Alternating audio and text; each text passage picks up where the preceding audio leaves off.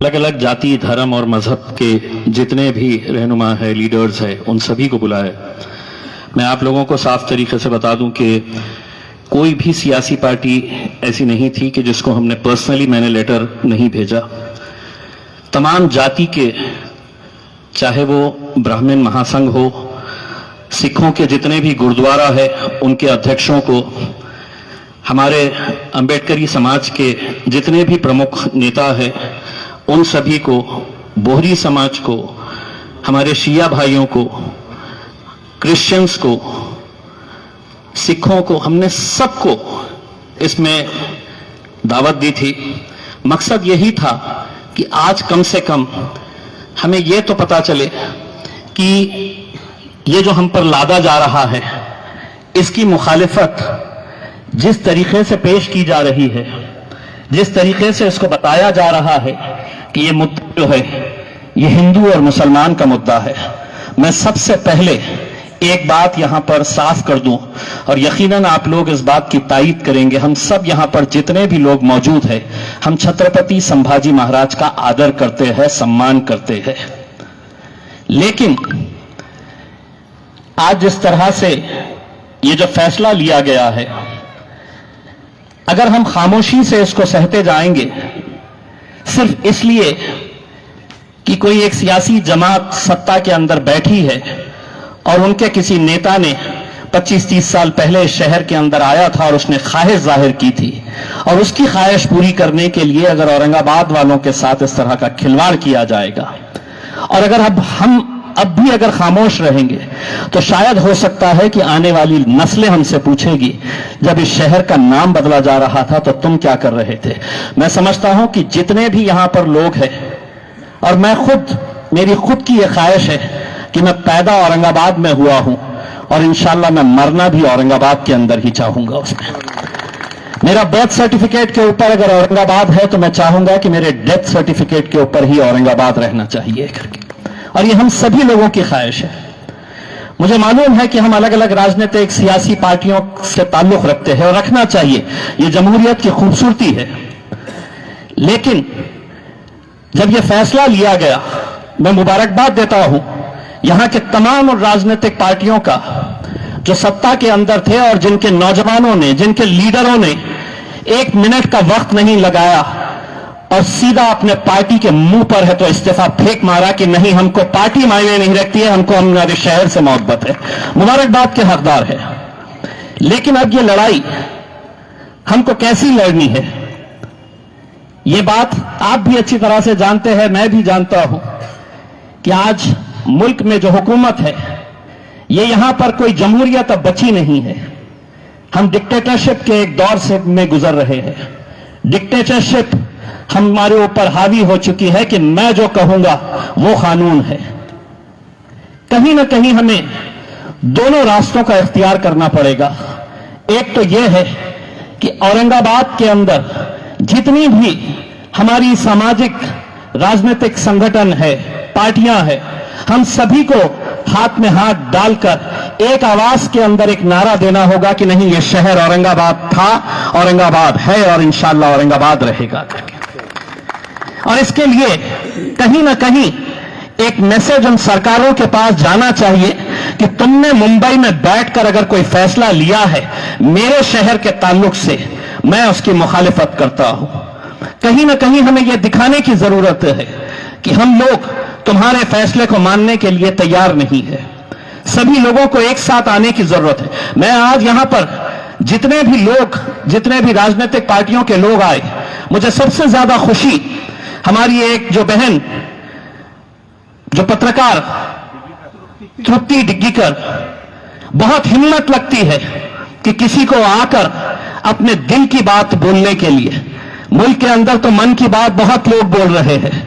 लेकिन दिल की बात बोलना और इतने खुले तरीके से बोलना बहुत हिम्मत का काम है। और मैं समझता हूं कि कहीं ना कहीं आज एक ने आवाज उठाई है, उसके साथ कल ये कड़ी जुड़ती जाएगी और बहुत सारे लोगों के अंदर हिम्मत आएगी कि नहीं, हम भी बोलेंगे।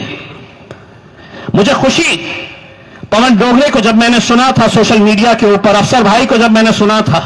मुझे खुशी हुई और फख्र हुआ कि मैं उस शहर से, उस जिले से ताल्लुक रखता हूं जहां के लोग अपनी सियासी पार्टी से ज्यादा अपने शहर से मोहब्बत करते हैं, अपने उसूलों से मोहब्बत करते हैं। हमें इस ताल्लुक से हम एक ठहराव पास करें,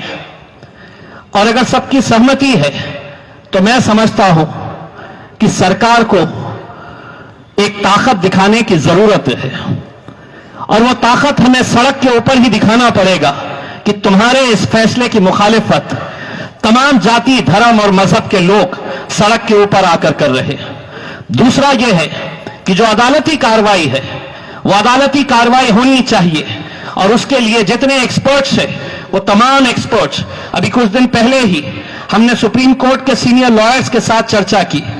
मैं जो भी लोग अदालत के अंदर जाना चाह रहे हैं उनसे यह कहूंगा कि अदालत में जाने से पहले एक इत्तेफाक राय बनाना बहुत जरूरी है, क्योंकि अगर अदालत के अंदर अगर यह मामला अगर खत्म हो गया तो फिर हमारी लड़ाई कहीं पर भी नहीं जाएगी। तो अदालत में जाने से पहले भी जितने भी सीनियर लॉयर्स हैं सुप्रीम कोर्ट के, हम खुद दिल्ली के अंदर यहां से जितने भी लोग अदालती कार्रवाई के लिए लड़ने के लिए तैयार हैं, वो लोगों ने साथ में बैठना चाहिए। और एक बात यह है कि सियासी जो हमारी आपस में अगर कोई इख्तिलाफ है, कम से कम इस मुद्दे को लेकर हमारे सियासी जितने भी इख्तिलाफ है उसको सबको भूलना होगा। इम्तियाज जलील आपको पसंद हो ना हो एक अलग बात है, लेकिन ये मुद्दे के ऊपर मैं एक कार्यकर्ता बनकर आपके साथ खड़े रहने के लिए चाहूंगा। कोई ना कोई एक खड़ा रहे इसके अंदर कि मैं इसका नेतृत्व करूंगा और मेरे पीछे आप लोग आए, हम आने के लिए तैयार हैं। मैं औरंगाबाद की आवाम से यह कहना चाहूंगा कि आज जब यह फैसला लिया गया, बहुत सारे लोगों ने मुझे सोशल मीडिया के ऊपर, फेसबुक के ऊपर, मेरे व्हाट्सएप के ऊपर एक मैसेज दिया सिर्फ ये चिढ़ाने के लिए कि अता कैसा वाटता। जब ये फैसला लिया गया तो बिल्कुल सही बात है, किसी ने जो कहा है कि हमको चिढ़ाने के लिए, इलियास भाई ने जो बताया है कि हमको चिढ़ाने के लिए ये किया गया है इसमें, लेकिन हमको एक पैगाम देना है कि यह जमहूरी मुल्क है, इसका फैसला कोई एक सियासी पार्टी का नेता मुंबई में बैठकर औरंगाबाद के फैसले नहीं कर सकता है। अगर औरंगाबाद का फैसला करना है तो औरंगाबाद की आवाम करेगी यह फैसला,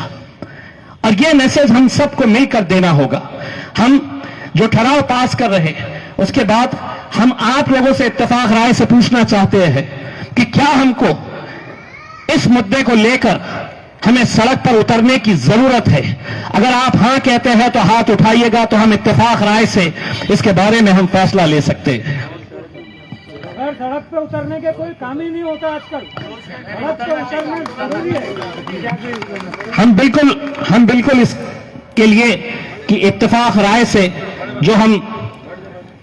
एक सड़क के ऊपर जो आंदोलन चलाना है, हमें एक पहले मूवमेंट तैयार करना है और लोगों को यह समझाना है कि यह किसी जात और धर्म का मुद्दा नहीं है। लोगों को यह समझाना है कि हम संभाजी महाराज का आदर नहीं कर रहे हैं, ऐसा नहीं है। हम छत्रपति संभाजी महाराज हो, छत्रपति शिवाजी महाराज हो, ये राजनीतिक पार्टियों ने इन लोगों का नाम महज अपने राजनीतिक स्वार्थ के लिए किया है। अगर इतनी ही मोहब्बत थी तो 2014 के अंदर सरकार आई थी, तुम्हारी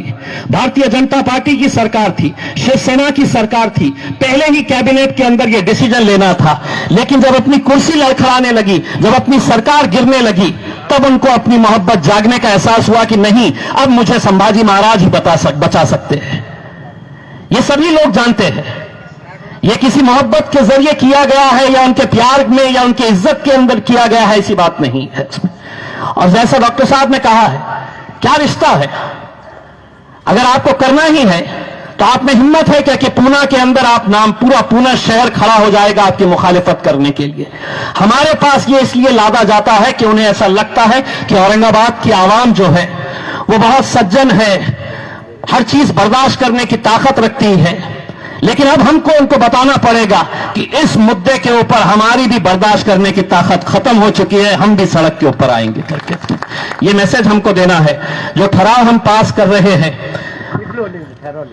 हमने वो ठहराव अभी तैयार करके मंगाया है, उसमें मैं आप लोगों को बताना चाहता हूं कि आज दिनांक 5/7/2022 रोजी सायंकाळी 4 वाजता सुभेदारी विश्रामगृह औरंगाबाद येथे तत्कालीन महाराष्ट्र राज्य सरकार श्री उद्धव ठाकरे सरकारने सत्ता संघर्ष व राजकीय द्वेषापोटी विशेष म्हणजे औरंगाबाद जिल्ह्यातील जनतेला विकासाच्या मुख्य मुद्द्यावरून भटकविण्यासाठी अतिशय घाई गडबडीने व बेजबाबदारपणाने मंजूर केलेल्या औरंगाबाद नामांतरांच्या प्रस्तावास एकजुटीने विविध स्तरावर विरोध करण्यासाठी शहरातील इतिहास तज्ञ, थोर विचारवंत, कायदेतज्ञ, ज्येष्ठ नामवंत व सुज्ञ नागरिक, सामाजिक संस्था, विविध राजकीय पक्ष व संघटना यांची संयुक्त संपन्न झाली. संयुक्त बैठकीत खालील विषय चर्चेला गेले व चर्चेअंती एकमताने ठराव मंजूर करण्यात आला आहे. ये ठराव जो है, औरंगाबाद या शहराला महाराष्ट्राची पर्यटनाची राजधानी म्हणून ओळखले जाते. औरंगाबाद शहराचा इतिहास व परंपरा ही शेकडो वर्ष जुनी असून त्यासोबत सर्व समाजाच्या सर्वसामान्य नागरिकांच्या भावना जोडलेल्या आहेत. महाराष्ट्र राज्यातील औरंगाबाद जिल्हा एक ऐतिहासिक जिल्हा असून चारही बाजूनी ऐतिहासिक स्मारकांनी वेढलेला आहे. महाराष्ट्र राज्यातील एक महत्वाचे मध्यवर्ती औद्योगिक केंद्र, प्रेक्षणीय स्थळे, शैक्षणिक ज्ञान केंद्र व ऐतिहासिक पर्यटन केंद्र आहे. शहरात सर्व समाजाचे अनेक महत्वपूर्ण ऐतिहासिक धार्मिक स्थळे असून जागतिक दर्जाचे पर्यटन स्थळे व तीर्थस्थळे आहेत. छत्रपती संभाजी महाराजांचा आम्हाला खूप अभिमान व आदर आहे.